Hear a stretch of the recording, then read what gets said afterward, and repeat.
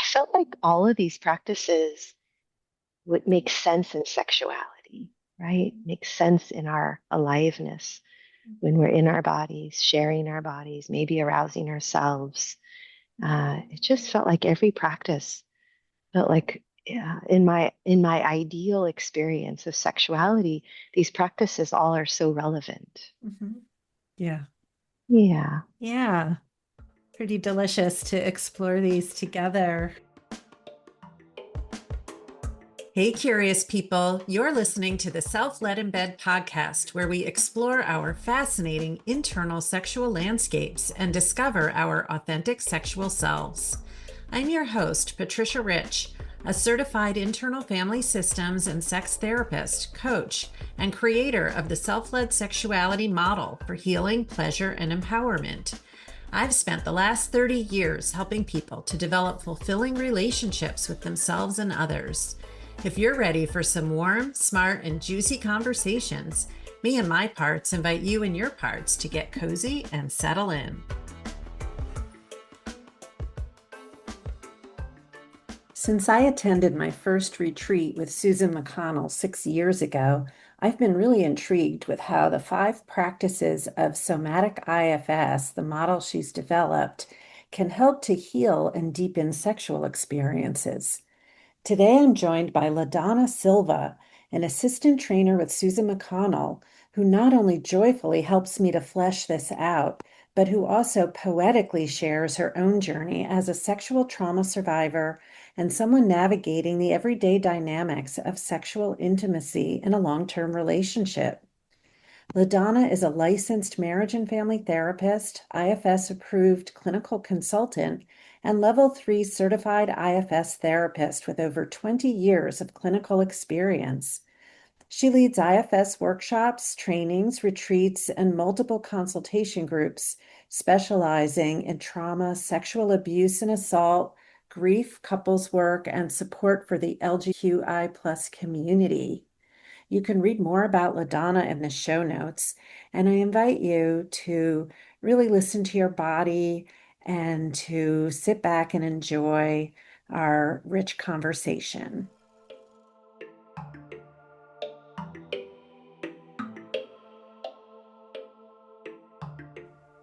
Hi, LaDonna. Mm. Hi, Patricia. I'm so happy to see you, and which I can do because we're on video together, and Mm. to just be able to explore some really interesting topics together today. So I really Mm. appreciate you being up for this. Thank you. Thank you for the invitation. I'm excited to be here. Mhm. Yeah. So, are you noticing any parts as we begin? Mm. Definitely a little something in my belly. It feels a little bit like excitement. I notice a little shift in my breath, just bringing some awareness to how I'm breathing. And yeah, I have a little one that I've had to work with this morning that um, sometimes gets concerned about what I choose to share out loud. So I've been spending a little time with her, but she seems pretty settled and hanging out on the sidelines right now. So yeah, yeah, she really likes that I acknowledge her. Yeah. I could feel that, yeah, just as I say it. Well, welcome to your little Mm. one, and I'm glad you're Mm. connected with her. And Mm. um, I always welcome guests checking in Mm. as we go and being Mm. within, what's Mm. okay for you and your parts as we go. Yeah, yeah. Um, and I noticed, of course, your recognition of some somatic qualities, and we will be talking Mm. about that more today. Mhm. I have parts that are remembering when I first met you, which was some years ago now, on a Mhm. retreat or a training retreat, I guess, with Chris Burris on Yeah. groups, working with groups and healing in groups. And I Yes. remember immediately feeling drawn to your presence, and maybe it's the curly hair thing. You guys can't see it, but there is something I think that I notice when I see the hair on other people. There's like a point of connection. Mhm. Yeah. I do remember that sweet connection. It was such a beautiful healing circle and getting to be with one another. It was a beautiful space. So appreciated that. Yeah, Mm. cool. So can you tell listeners where you are geographically? hmm I live in Northern California. We call it the Bay Area, and I am in Santa Clara and my backyard, which is just lovely getting to look and hear a little bit of the bird song. I'm in the Miwok Ohlone land, which are the native peoples here. And yeah, it's I've been here for about 20 years, and I just love that I get to come outside. And if I do work online, this is where I like to sit, is that I get to actually be outside, which is so my preference if I'm not in person. Oh, yeah. Um, and yeah, beautiful. And we may get to hear a little bit of the bird chirping. I'm actually not hearing it now, but it was quite lovely when I was hearing it earlier. Yeah. Yeah. And how about anything about your, who you are, any identities that you Mm. would like to share with listeners? Sure, sure. I am a cisgender, queer, mother. Mm. I certainly still see myself as an activist and able-bodied. Um, have been on a journey with this somatic system uh, at a very young age, and so deeply grateful to stay in that relationship with my body through the experiences of trauma. So I often will call myself maybe a bit of a thriver through child sexual abuse. Um, I love to be active, love to be behind the boat, surf or water ski. I love to be in the beach. I love to be in water. That is definitely a common. I love yoga. I love hiking. I love to play soccer, which I haven't done in a couple of years. Um, but I would also consider myself perhaps an athlete. And I'm also a a grandchild of parents that were immigrants, all from the same island in Portugal, which is called Terceira, one of the Azorean Islands. So I'm second generation in the States, and yeah, have been certainly getting to know my connection to some of that ancestral history. And maybe lastly, I would say that when I met the somatic peeps at my first retreat in 2022, I thought, oh, this is where my peeps are. We've got movers, and I love to dance. And I felt like I met my people. So I definitely would identify as a body-based um, worker, holder of space, and and I happen to be a therapist. Oh yeah, yeah. Those are some of my identities. Yeah, lovely. I love the breadth of that, and kind of the body story that you're sharing, as well Mm-hmm. as, some of the important parts of your life and evolution. Mm-hmm. And maybe you're kind of leading into this a bit, but I was just curious to see if you wanted to say a little more about, and I don't know which you would put first, like your personal journey or your professional journey, but Mm-hmm. kind of like a little bit of how you got to where you are now in terms of Mm-hmm. somatic IFS and the things you're passionate about. Yeah. It's kind of a Okay. huge question. Yeah. Well, I'll see if I can Yeah. keep it a bit smaller than how wide it can get. Yeah. I Yeah. I'll start with a big part of my life shifting when I was about 20, and the secrecy of abuse within my family came out. And I went to see my first therapist and I fell in love with her. I was so deeply grateful for her to show me what it was like to have my voice, to be angry, to allow sadness. And it really planted the seed for me to shift into this work. So again, I was 20. And when I was about 24, 25, I I became an activist, and I kind of lived, with a background of Portuguese and Catholic. So I felt fairly, mm, I was held with a family system that had certain beliefs and things that I knew I didn't actually agree with. And the kind of the restrictive, conservative view of sometimes even sexuality that I felt like I bumped against as a young adolescent. So on my journey through healing and through this continuous journey of exploration led me eventually um, to parallel processes of coming out and going back to school. And I was in my early 30s. And I had married to a man and had our child. And I was also feeling so curious after some years in my marriage, what was happening with my own sexuality. So I ended up, of course, divorcing and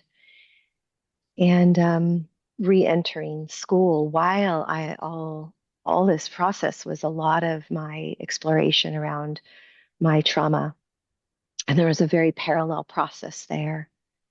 As an activist in my early 20s, mid 20s, I found my voice, started to tell my story.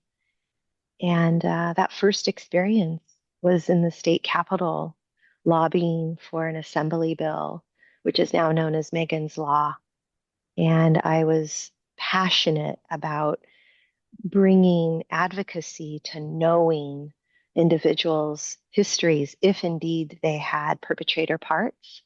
I felt as a mom that I was who did I have a lot of burning, active managerial energy around making sure she was safe. And that was part of my healing journey.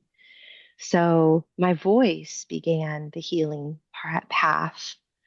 And then I did some advocacy and would respond to cases in the Bay Area around uh, founded sexual abuse situations, whether it be teachers or coaches and all sorts of different scenarios.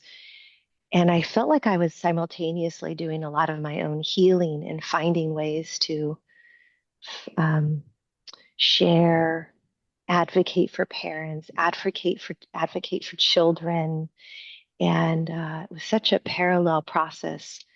And so many folks in my family didn't quite understand that, but for my journey, it mattered that I found my voice. And I felt like it was also my way of working through, I could feel this as I'm sharing it, working through my shame, that actually I could share my story.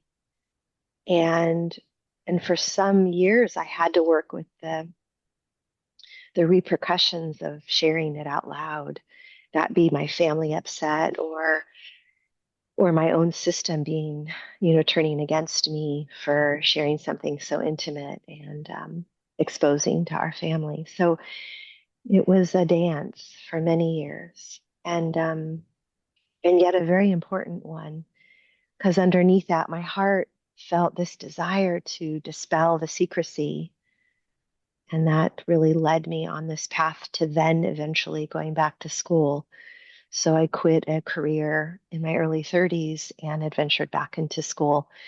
And that's where I studied a holistic studies model, which spoke to me most clearly was transpersonal psychology and somatic psychology.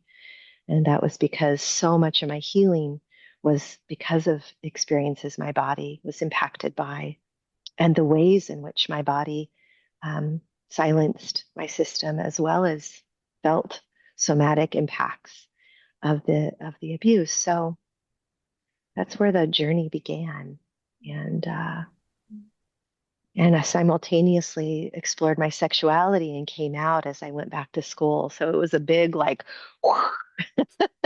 there was so much there. And I couldn't understand why anybody would question my sexuality when it felt so joyful to come out. And yet I had to work with some of my journey with my parents, mostly my mother, wondering if something was wrong with me. But I just remember feeling so joyful and also so stunned by those kinds of responses. But once again, had to find my voice and advocate and really be kind inside with my own self along the way, which really ultimately has been the biggest part of the journey. I'm just sort of taking in like just different pieces of what you've shared. I guess the big word inside I'm hearing is courage, like how Mm-hmm. courageous it sounds like you Mm-hmm. were speaking your truth and going in front of the legislature and being very public, and then the Yeah, courage of leaving a marriage and yeah. coming out and all those things. So just parts of me are just kind of saying, wow, Mm-hmm. that's a lot of energy and strength and courage. Mm-hmm. Yeah. Yeah. Hmm. Yeah, when I tell it, it's often what I actually remind myself when I'm feeling that uncertainty or that whether I can trust myself. It's like, wait a minute, wait a minute. Hmm. Let's just give ourselves some pause to reflect the choices we've made along the way. And yeah, I couldn't understand why I was asked to speak my voice, and yet at the same time I was so called to do so. So those opportunities kind of just landed in my lap and they made so much sense to me because I think so many people don't talk about their stories. And back then, it was so important to share those stories because there was liberation in sharing them and the hope that I would share the healing that's possible with others. So I didn't know what a hope merchant was then, but it's felt like the hope merchants carried me through these intersections of my life and the ways in which I've chosen to share and how important that's been for the inside journey to, just as you said, the courage, right?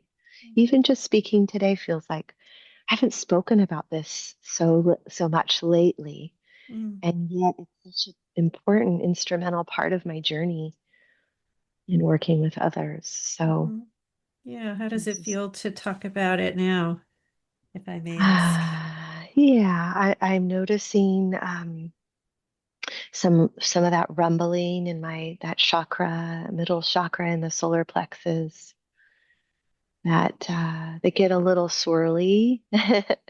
um, and they could just feel a little bit of that nervousness. There's a bit of exposure, and yet I know how to care for them. So they also feel so acknowledged when they're there, and I could acknowledge where I know they are in my body. And so I could feel the tenderness of acknowledging them.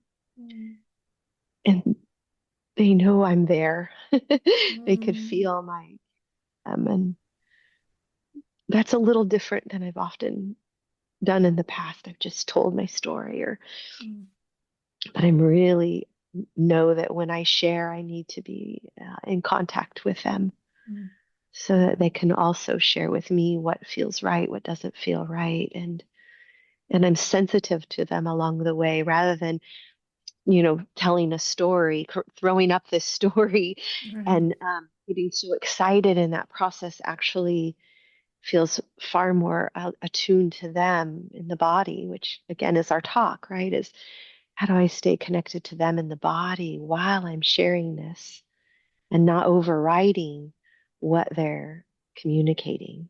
It's not often words, it's often in the body. So they love the slowing down. and my sharing and my connecting with them and my knowing that that's them. Mhm.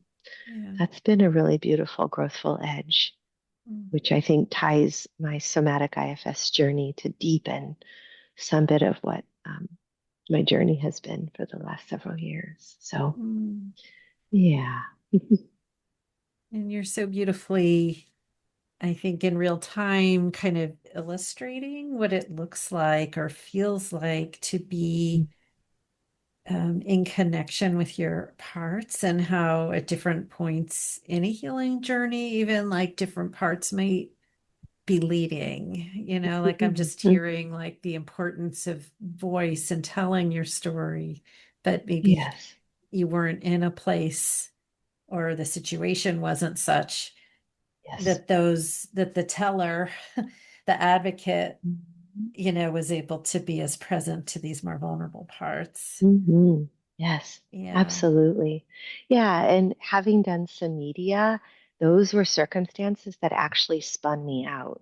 So, um, I did an MTV show. It was an anti-violence campaign at the same time like Beavis and Butthead was out, so I was quite skeptical.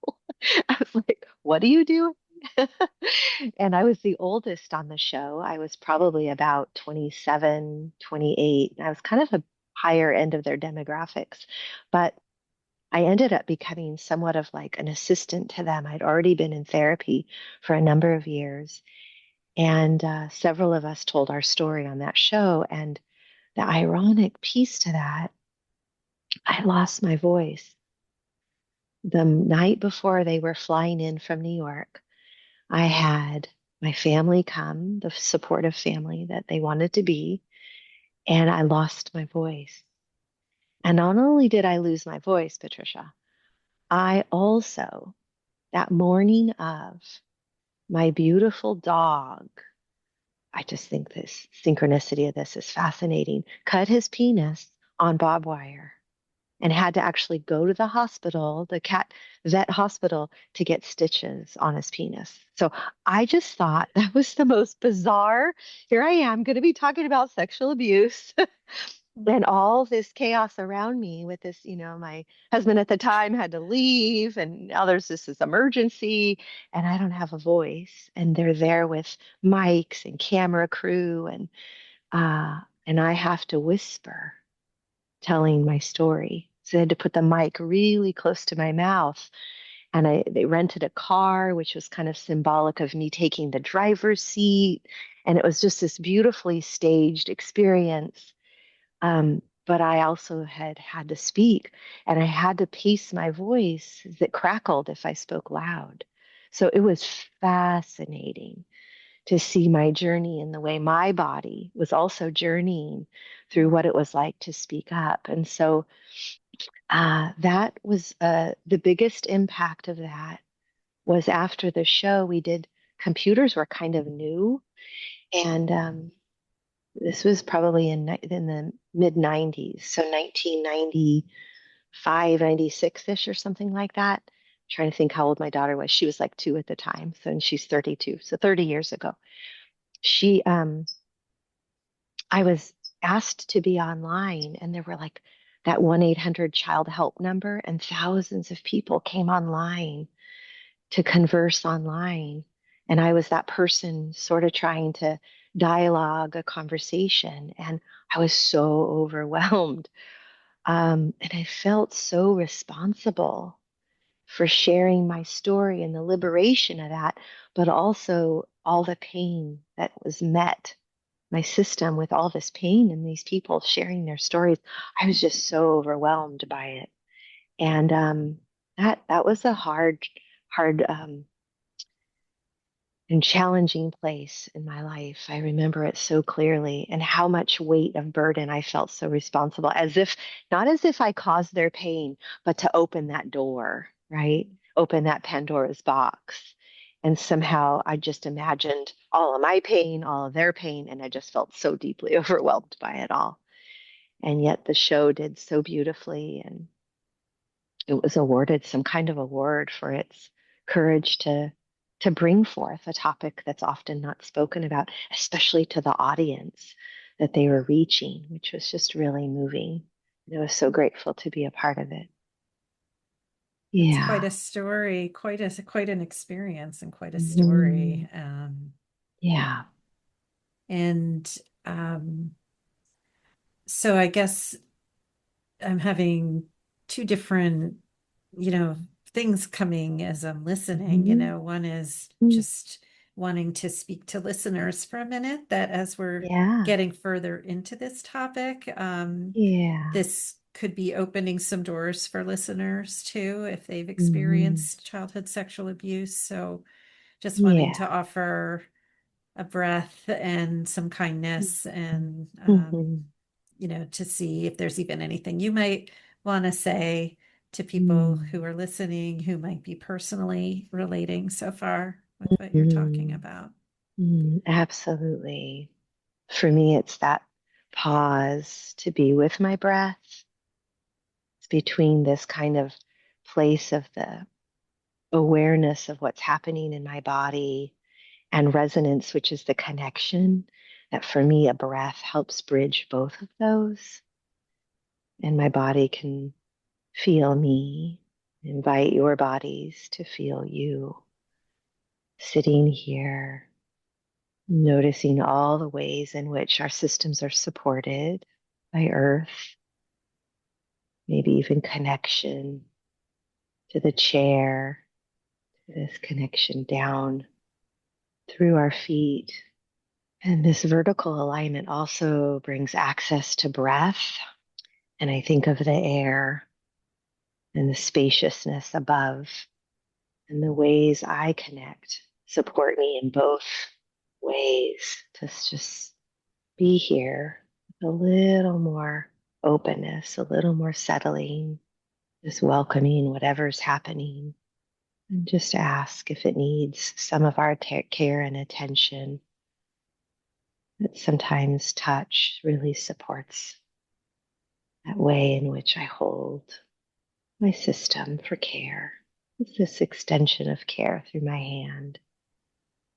Yeah, the only other piece to my story that feels so important around that journey of growth was that I also spoke my story and was asked on television what it was like to be 12 and what I learned from that. And maybe I would want listeners to hear that if they ever feel the courage and the readiness to tell, that they also, I encourage us also not forcing those stories, but notice a full readiness inside, that we also need to be able to share the path of recovery, the path of thriving again.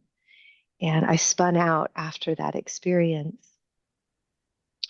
It was a couple years after the MTV show. I spun out because all that the story was told was my 12-year-old experience, not what it was like to be in my 30s and feeling like that healing journey needed to be spoken for. I felt like all you saw was my 12-year-old. And so I came home so raw, and I swore I would never do that again. And shared with the host in a long email what I thought the impact of that was. And I wanted more sensitivity for hopefully the future people that she ever asked to come on her show, because it really deeply impacted me. So there are many components to that story. And I know someday uh, I want to be able to share that lived story in all the ways my system has chosen to lean in to healing with folks that actually harmed me, um, out of my own really choice to feel the liberation, to feel the empowerment to be in relationship with them, even though they have perpetrator parts and harmed me. And that's been some of my journey, really. That's been such an important part of it, because it's a deep acceptance inside of me that's allowed me to go to those places. And I think that's often what we struggle with is the ways in which we turn abuse against ourselves. And that's actually the juiciest part of the journey for so many of the folks I've worked with. It's like we could work with the ways in which our body is trapped. We can work with the ways in which that relationship was a huge amount of betrayal. And yet, what we've done inside is often the parts we have to also befriend and work with and unburden and care for. I know you mentioned Mhm. shame, which is such a huge thing. Oh, yes. Um, Very complex and difficult, Hmm. right? Yes. Yeah, my Um, teenager, it's, carried great amounts of shame for all the ways she acted out, right? mhm, And I just love her. I love her. She was such an important part of my journey. mhm. Yeah. Yeah, Yeah. yeah. Mm-hmm. And then, of course, the systemic implications, right? When there has been, Mm-hmm. trauma or sexual abuse within intimate web of family relationships and Absolutely. what Yep. to distance from, what to heal, what to turn toward and what's possible Mm-hmm. and all of that. So, yeah, Mm-hmm. yeah. Yeah. And yeah, I'm reminded of something, a part that I worked with who healed around, different kinds of experiences, but experiences that were very difficult and painful and burdened for her. Mm-hmm. Um, we got to a point where she was like, I don't want you to just remember me Mm-hmm. as my most difficult experiences that I've had. Mm-hmm. This isn't just the part that got bullied or the part that, this or Right. that. She's like, I I really like did a lot of cool things too, you know. Yes. And so Yes. getting to know that part, and she was showing me how much she loved playing and being in the woods and making things and, like dancing and like just all those things. Yes. And Yes. it's just I think I'm just reminded of that. Like Mm. when we can continue to be in relationship with our parts and not Yeah. just sort of go to them when we're the most in crisis and trying, I mean, anything we do is good. Right. I'm not saying that that's anything has Yeah. value, right? So, but Yes. when we Yes. are able to or interested in continuing to cultivate a relationship with those parts, we can further their Mm-hmm. healing and integration. Mm-hmm. And really, I Yeah. think that's when we benefit holistically as a person too, right? When we can Oh, most definitely. experience those parts.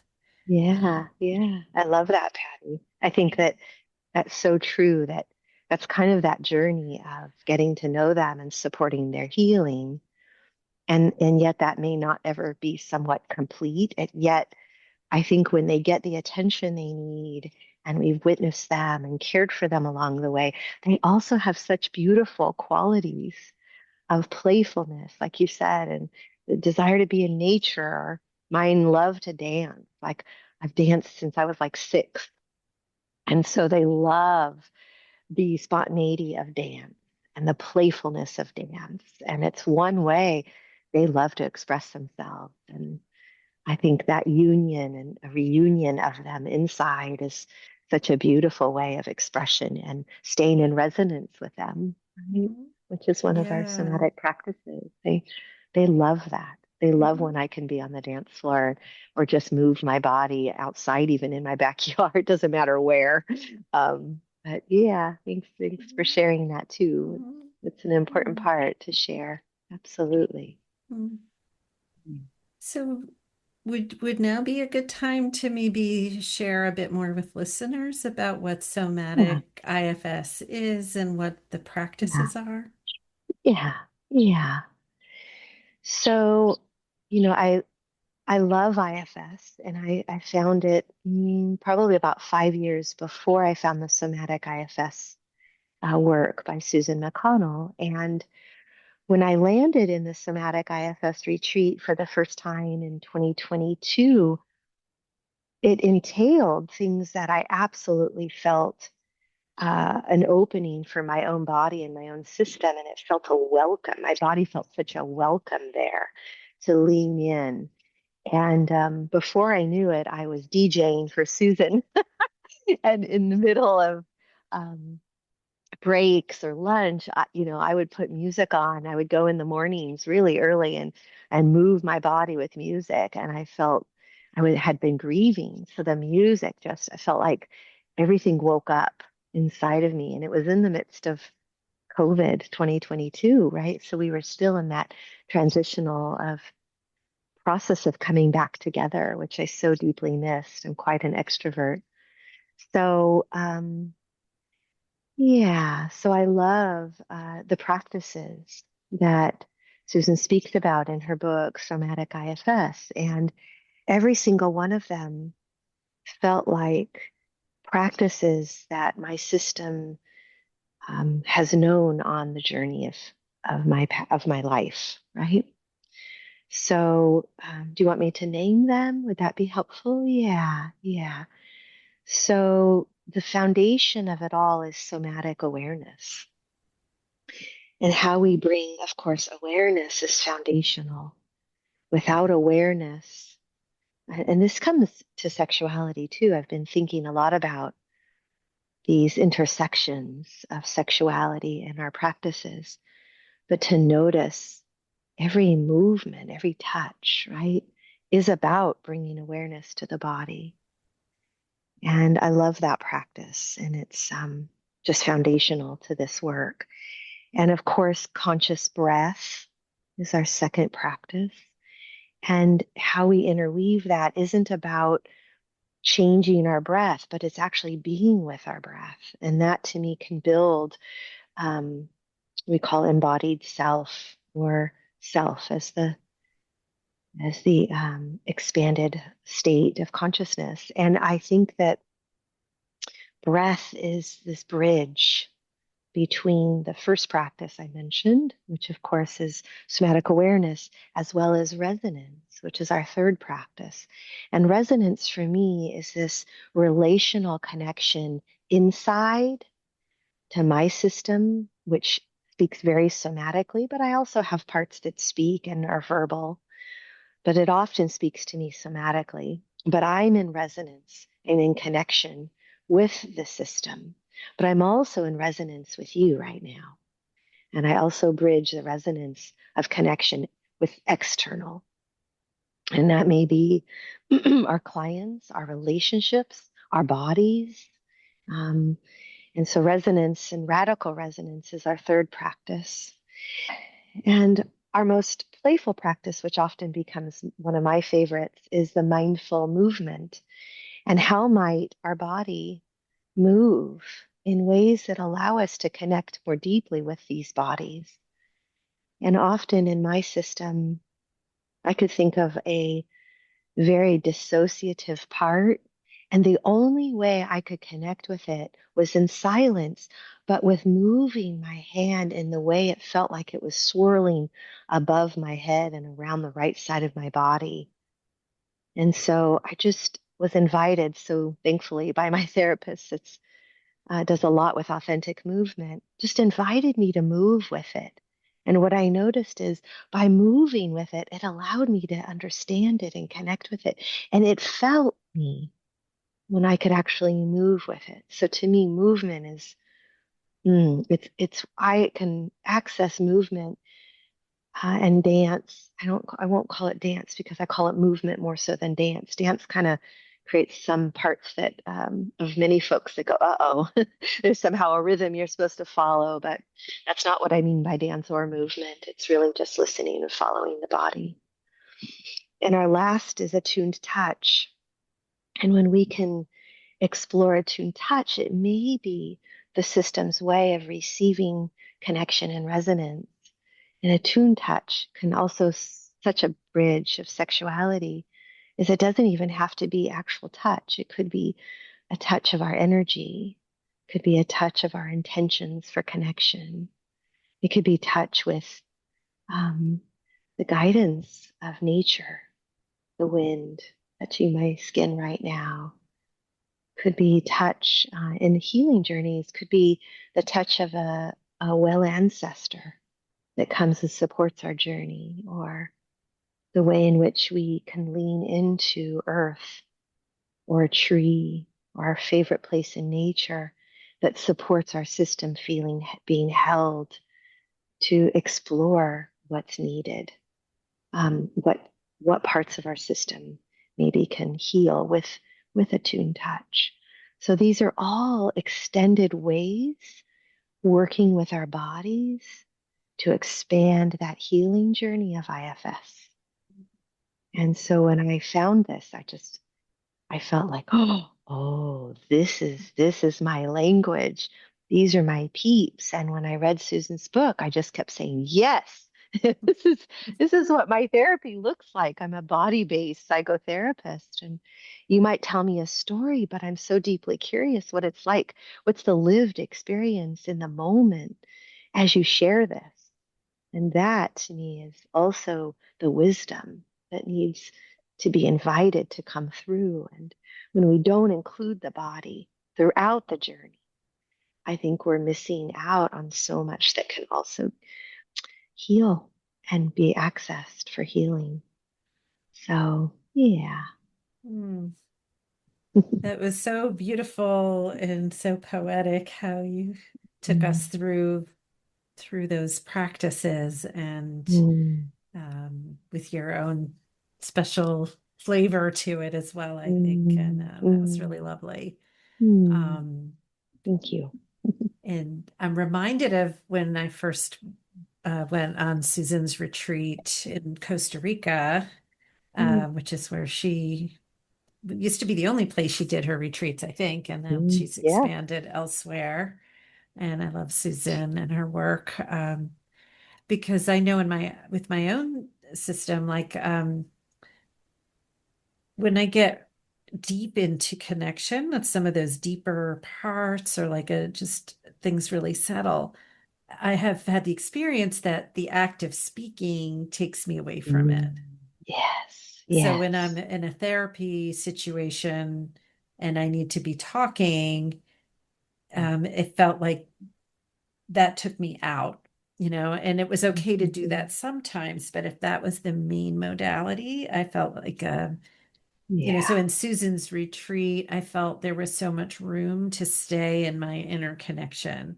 Hmm. And then to have an opportunity after a more complete experience to share more about it verbally with Yes. someone else if I wanted to or needed to. And so uh, I just appreciate how it is powerful to allow the body to do its thing and to bring awareness and to be in the Yes. experience.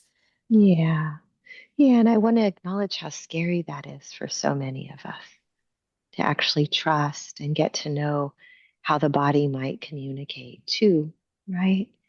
And that's, I think, the bridge that to me so deepens the model in a way that we don't often understand sometimes. And yet when there's a witness that can hold the trust, that I trust your body will know the way through this. And it may not be verbal. We may not hear what's going on, but we may actually have to witness what the body's needing through a movement, through some kind of story being told through the body's expression. Uh, it, I could feel it, how moving that is. And what an honor to be with others on the staff team to hold a container that deeply has trust, that when they can wake up to their body, how much is there. And that's why people come on our retreats, right? Um, it's sacred. It's so beautiful. And I just feel like it's such an honor to be a witness in that. And it makes my system it serves my system so sweetly too. My heart ends up feeling so big and so joyful. And it's not always easy. And yet there's also such a liberation to that space that we explore together. So, Yeah, yeah. yeah. Um, so I'm curious then about um, looking at sexuality. And, one of the elements in the self-led sexuality model that I have been developing is, it's IFS and then somatic practices or Mm-hmm. embodied practices, because we can relate with our own sexuality and our own sexual energy or someone else's to the degree that we are able to access it, Yes. right? And so the more embodied we are, and I know if that word can be very confounding to people, like, what are you even talking Mhm. about? What does it mean to be embodied? And I feel like the Yes, language can really fall short on something that is very experiential. absolutely. But to try to have a satisfying connection with yourself or with someone else sexually, Mhm. um, if we just go through those again, those practices, I feel like it could help to illuminate how the practices could be helpful to people. And, Mhm. so Mhm. somatic awareness, for instance, Mhm. where am I? What am I feeling right now? Mhm. What's present? Mhm. And can You we know, even slow it down yeah. to be with that, all the awareness of Hmm. sensations Right. happening? Yes. Mhm. Because this awareness thing, some people it's just very easy. I know what I'm feeling. I know when I'm a little Mhm. bit aroused. I know what feels good in my body. I know what Mhm. I like. I know how to ask for it. Mhm. Um, Mhm. that is a blessing, I think, and Mhm. a privilege in a way, to be that Mhm. connected that easily, right? Absolutely. Yeah. Yeah. Yeah. Yeah. And can we bring curiosity maybe to that partner that doesn't have necessarily such access by supporting the slowing down and being with them so that they can actually attune to those awarenesses they have, the Mhm. sensations they have, and where are their edges, Mhm. right? So maybe it be Yeah. through even just imagination or touch, or Mhm. even not even touch quite yet, maybe skin to skin, but even just with our hands, Yeah. exploring from a distance what sensations maybe spark based on maybe what they're not so familiar with in their bodies. Mhm. So, but to me, pacing Mhm. is the key. It's slow, right? Even Mhm. though our systems get really excited, can Yeah. we still slow things down, right? Yeah, that's a big one. I know that as I started really listening to my body more and more, it was Mm-hmm. somewhat distressing to some of Mm-hmm. my parts, Yes. and perhaps at times to my partner, uh, how slow I really, really like it to be. And sort of like my body and my, Yeah. experience, it's like the slower it goes, the more sensation opens. Yes. If you just picture sort Beautiful. of like a little, you know, bead, like a little bead of honey or something, just how Yeah. slow that could be if it kind of like breaks off and like falls, just so slow. Yeah. But like there's How more and arousing, actually. Just imagining a honey drop, right? Just yeah, arousing when right. you The slow slower down. it is and the more attuned and like, Yeah, yeah, right. yeah. And so Mm. that's a great awareness little experiment right there, right? Yeah. Yeah. Yeah. I remember being in my 40s and my partner older than me was kind of in menopause. But in my 40s, I was still so like driven. I was like, Yeah. come on. And I just remember the urgency my system felt. Like I was anticipating somehow things shifting. I kept hearing how menopause, creates such restrictions of the body or limitations of the body. And yet, I actually haven't found that to be true. And yet, at times, it has with hot flashes and sweat, and sometimes too much heat near me, or even just my own body and excitement was just overwhelming at times, right?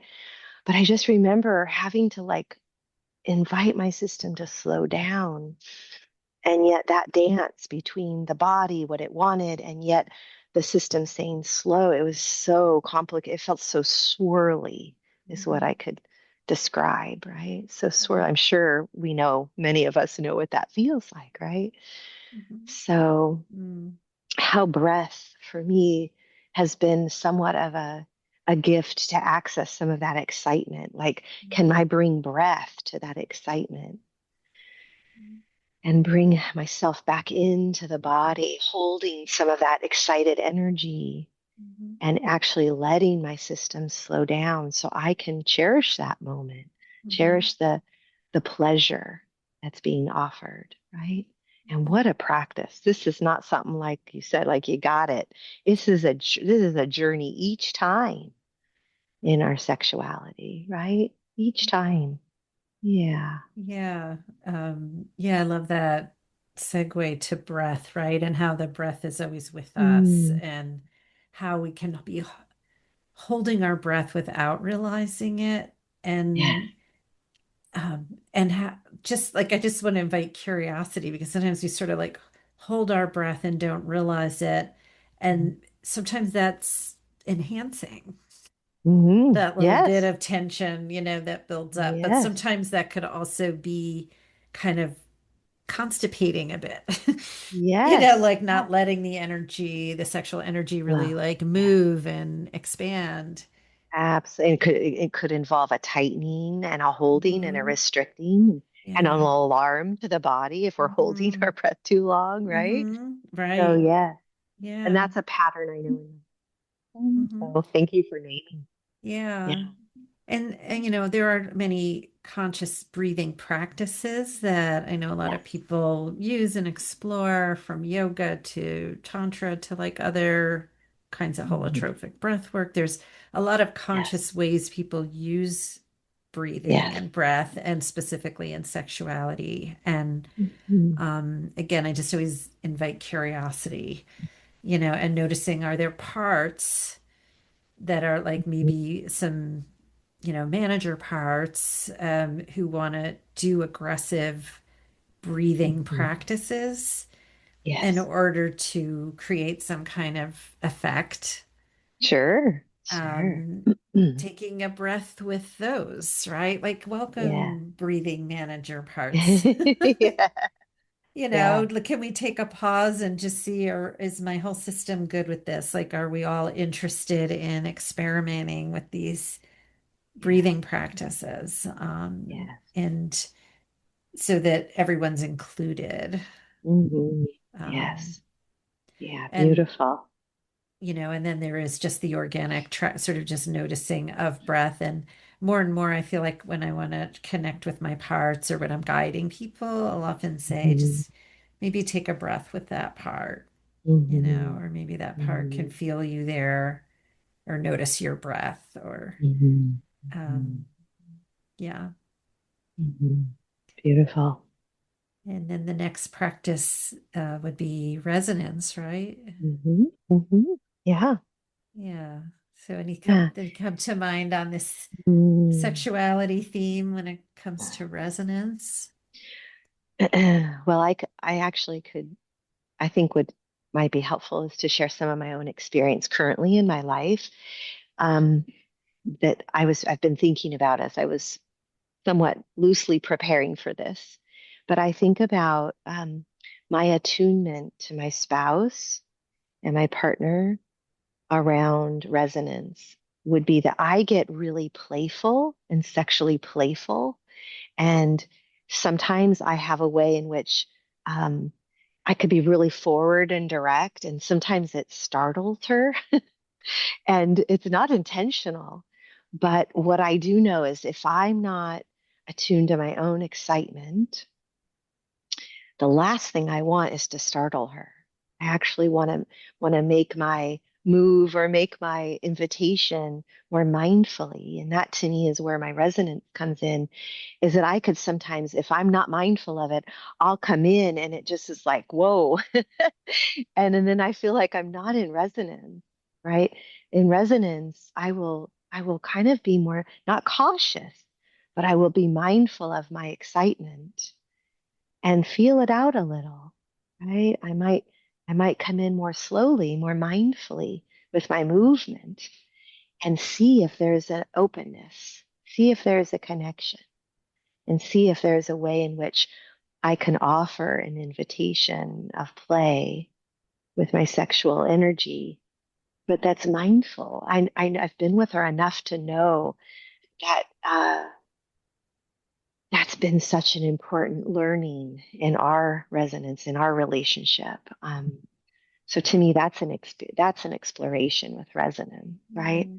Mm, That's been a really important journey because when I just get excited, I just get really play. I'll have music playing. Next thing I know, I want to dance on her, or play on her, and just, I will want to pin her up against the wall. And she's like, "Well, okay, wait, not to say she doesn't get aroused sometimes, but sometimes it's not the right moment, and so the resonance isn't there, the attunement mhm, isn't there, and mhm, so to me, it's a great way to describe, I think, resonance. I have mhm, to attune to my own system mhm, and then attune to hers and see where maybe there's an opening, maybe there isn't, and that's okay, right? mhm, But maybe I love Esther Perel's simmer a little because mhm. I don't mind simmering and letting my system just acknowledge there's a simmering and yes, there's some energy here and I could own that and take responsibility for that and just let my partner know, right? Mhm. They're simmering, simmering over here. That is So such a great example. Thank you for sharing that. I love yeah. that too. And it reminds me to mix metaphors here in the S's. It reminds me Mm, of the sensitive S, which I kind of yeah. take in as attunement a lot, like the Yes. sensitivity to sort of really be perceptive, Yes. and that Yeah. could be sensitive to our own parts and sensitivity Hmm. to partners. Hmm. And for some Hmm. people, sensitivity is so open that things are easily overly Yes. stimulating. Yes. But this idea of feel like just slow again, the slowing down theme, that should be another S. So slowing down enough to sort of feel, where am I at? Where is my partner at? How can we, find each other Hmm. in this? Hmm. Yeah, Beautiful. and I've had to work with younger parts that have felt uh like rejected, right? There's like my teenagers, like, what? I'm not being desired, like, but it actually has nothing to do with her. So when she could feel more of my presence, more of my embodied self or my conscious self, then I don't set myself up to be hurt. Like I could play and still feel that playfulness, even if I'm not being met with a response. It's still mine. I can still stay aroused. I can still please myself if I need to, but I don't have to interject that hurt that I'm somehow being rejected. I don't want to make an assumption. I'm always going to be met. It's okay when I'm not. And Mm. I think that's an important growthful edge in our journey together is that it's not personal. We're just sometimes in different places. And and it's been really important to still stay playful, even if parts of me assume I'll be rejected and they don't want me to. That's been a journey inside of my own system. Mm. So it's an important one that I've Yeah, lived. it's so powerful, and something I hadn't really thought about with resonance is how do we stay resonant within Yeah. ourselves if we're not maybe getting the resonance we're seeking, Yes. Yes. externally. Yes. That's why resonance to me is me being present with my system in union with and an extension. So to me, resonance is inside and external. So it goes both directions. Mhm. Yeah, yeah. Um, so I'm in Philly and we have the Liberty Bell here. And Mm. I also have a part playing that old disco's hit Ring My Bell. Yes.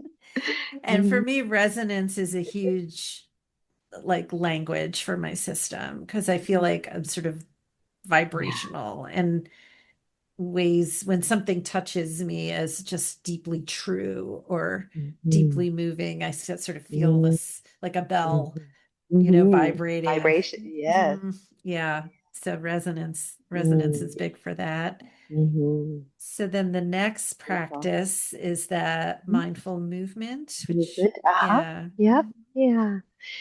So again, Yeah. very relevant So to relevant. sensuality, sexuality, Mhm. and yeah, curious if you've been simmering on that one too. Yeah. Well, I think this is where actually it's probably one of my ways of connection with my sexuality is movement. So not only am I attuned to the sensations, but I think that the bridge for me also is in movement. I love moving to music. It can be very arousing, either to feel the movement of my own body or witnessing movement is arousing. So I've been thinking about movement and sexuality. For me, it's a very active practice that actually, like I have playlists that are sexuality playlists because any one of those songs can titillate or excite my system, and it feels for some reason there's certain music that brings movement and my body alive. So I love the practice of movement when it comes to sexuality, and it may be just and the playfulness wherever we are around movement in sexual experiences. So yeah, that feels like a fun one. Yeah. And I could say that I think a lot of ways that burdens can live in people's bodies Yes. restrict movement. Oh, absolutely. And so there's personal lived experience burdens. Yes. And then there's these cultural legacy burdens. And Absolutely. so, like for a lot of people, they're very locked up, Mhm. in bed and Yes. don't feel freedom to move much. Hmm. And I think even Hmm. in my own, as much as I very much enjoy movement generally, there's a lot of unconscious, Hmm. um, just automatic kinds of beliefs that Yes. I had to discover were there, but that would, I, sort of felt like I'm not the one who moves, Hmm. Hmm. and in a Hmm. kind of gendered, heteronormative relationship structure. Absolutely. I could sort of get into this idea of a more passive role or like not Hmm. moving. And so Hmm. I think Hmm. bringing curiosity to like, what's our comfort level with movement? Do we Hmm. want to be moving? Do we know what parts of us would be interested? And sometimes even just like experimenting with teeny bits of Yes. movement, wiggling your fingers, like letting your fingers move, Yes. even if the rest of you isn't, moving very Mhm. much, or there's like a lot of Mhm. very small things, that Yeah. can almost, I feel like they almost start to bring that movement network online a bit, sometimes with very small movements. Hmm. Yes, I will say those of us with trauma related to the bodies also is quite an exploration, right? Because the process of stuck is often in there.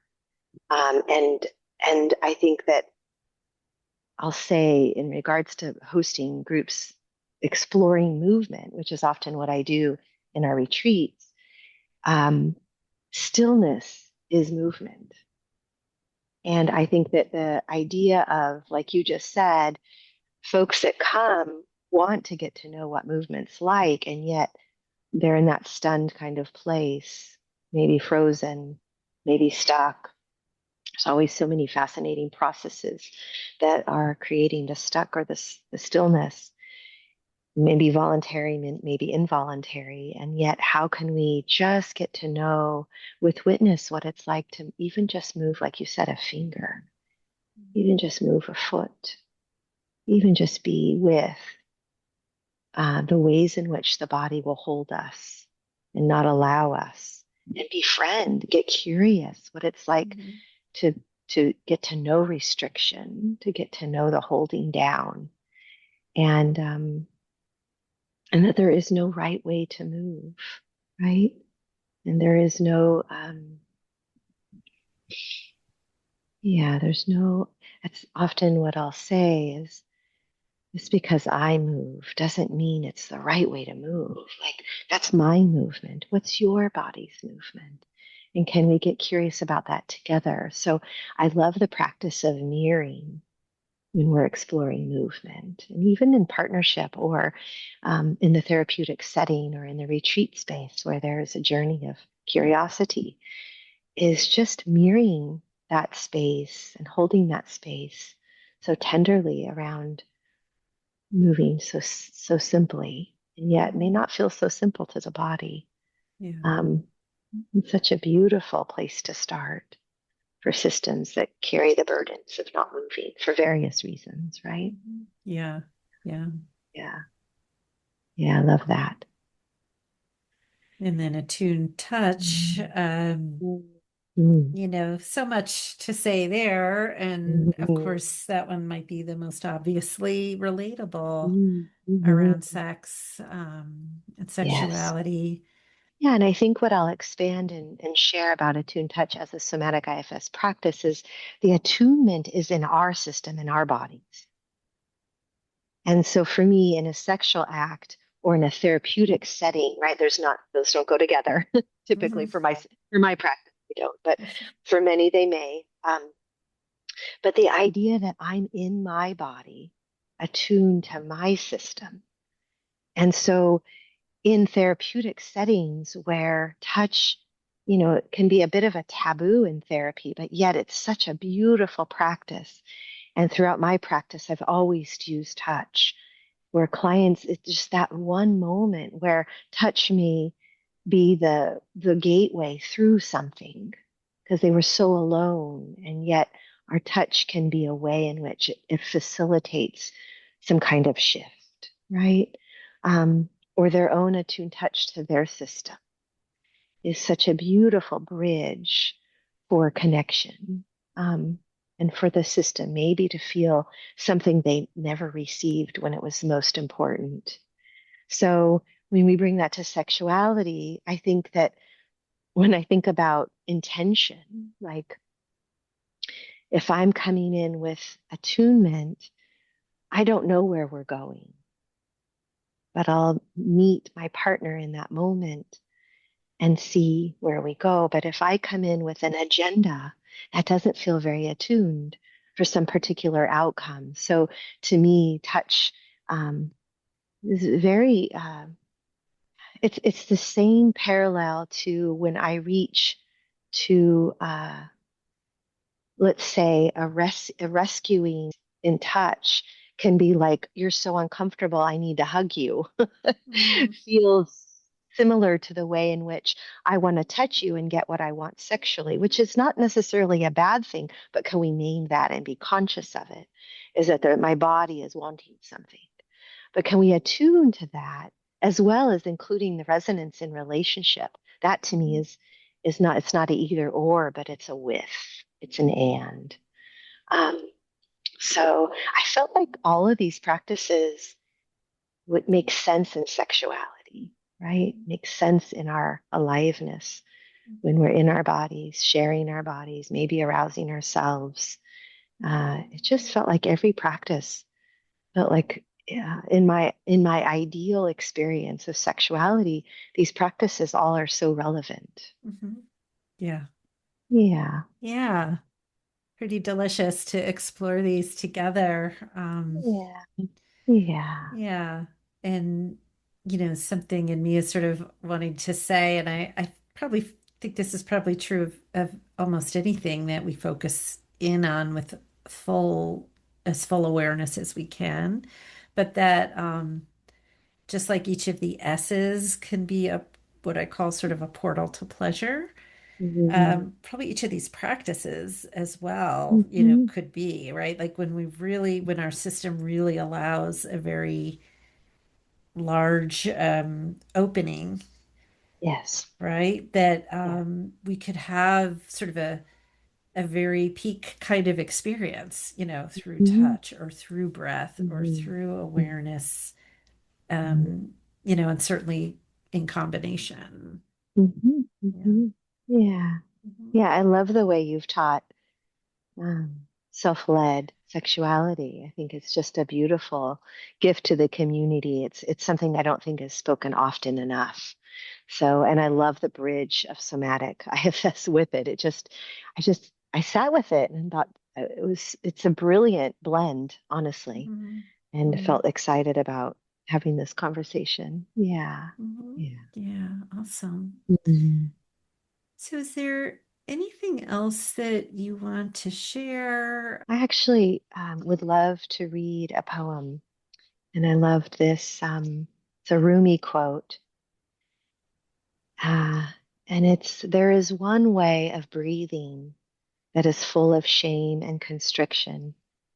Then there is another way, a breath of love that takes you all the way to infinity.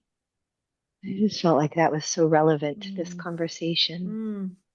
Mm. Lovely. Mhm. Yeah. Yeah. So can you share a bit more about what you're doing now and how people can find you? Yeah. So I have been for the last almost year or so.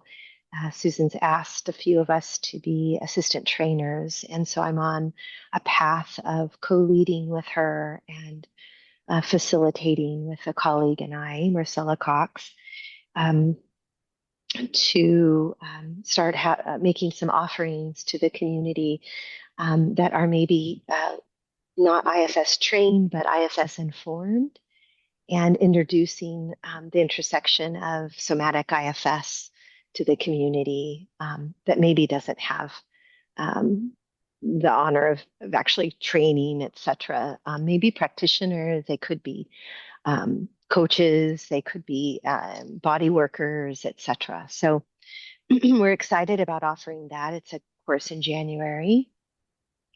And that can all be found. I think you have all of my links. That's through the Soleology website. And I think I mentioned also Susan's website.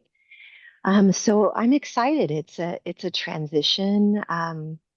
I'm running a lot of somatic IFS consultation groups. And for those that have trained with us through step one and step two, and some workshops I'm offering, but also some of my groups are for folks that maybe are curious and have learned IFS but don't actually know much about somatic IFS.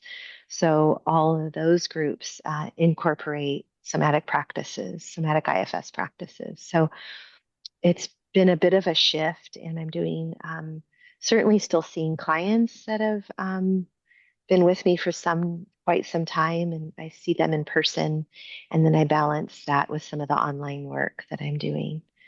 And I'm not closing my practice, but um, I'm not actually soliciting to see more folks in my practice at my office. So that feels like a bit of a shift. And I love working. It feels very like the timing feels right. I've loved to teach in the past, and I've been a trainer of a model called the process therapy. It was an institute that I actually was very much a part of for many years of my career. And it's called the Process Therapy Institute. And it's a model that brings what's alive in the moment. And when I met at IFS, I just felt like the bridge was already there in so much that I studied and learned from Don Hadlock, one of my dear teachers, was the aliveness of what's in the moment. And to me, that is what parts are. Is our system shows up in that way through whether it be sensations, thoughts, or feelings. And so it was this beautiful bridge. And I'm still incorporating my process work, IFS and somatic IFS, and do it all. And I think moments like this, I get to see the ways in which it actually feels like it's alive in me, and that has been a fun way to incorporate what I love the most are these somatic practices. So yeah, so that's what I'm up to. Awesome. Yeah, we'll Yeah, definitely have your links in the show notes. And yeah, thank you. my closing question is if there's anything you'd like to share that you find pleasurable in life? You've shared a lot already, but if there's anything you want to name that you haven't named yet. Mm. I love being in the spaciousness of nature and remembering the gifts nature. It's like being in relationship with nature often reminds me of Earth and the teachings nature can offer. I feel like being in relationship, caring for, Mother Earth has been such a big part of being willing to receive from her, but also care for her. And um, I feel the aliveness of nature. I feel the aliveness in me. And there's a bridge there that I'm often so sweetly reminded of, whether it be even just sitting here in my backyard or sitting at the beach or leaning up against a redwood tree. Um, I love the gifts nature offers to remind me just to breathe, to be with, to slow down. Yeah. So, Lovely. yeah, Thank thank you you. so much, LaDonna. What a Mm, gift you've shared with us today. Thank you. Thank you, Patty. And I so deeply appreciate the time to share and give gratitude to those that we've learned from as well and the people that are our ancestors and our teachers. We wouldn't be here without all of the beautiful work they've done ahead of us. So deep gratitude for them as well. Absolutely. Yeah. Thank you. Thank you for listening to the Self-Led in Bed podcast. Check us out at www.patriciarich.com/podcast, where you can sign up for a free guide to the 6 S's of sexual self-energy. And if you liked this episode, please subscribe and share it with a friend. Until next time.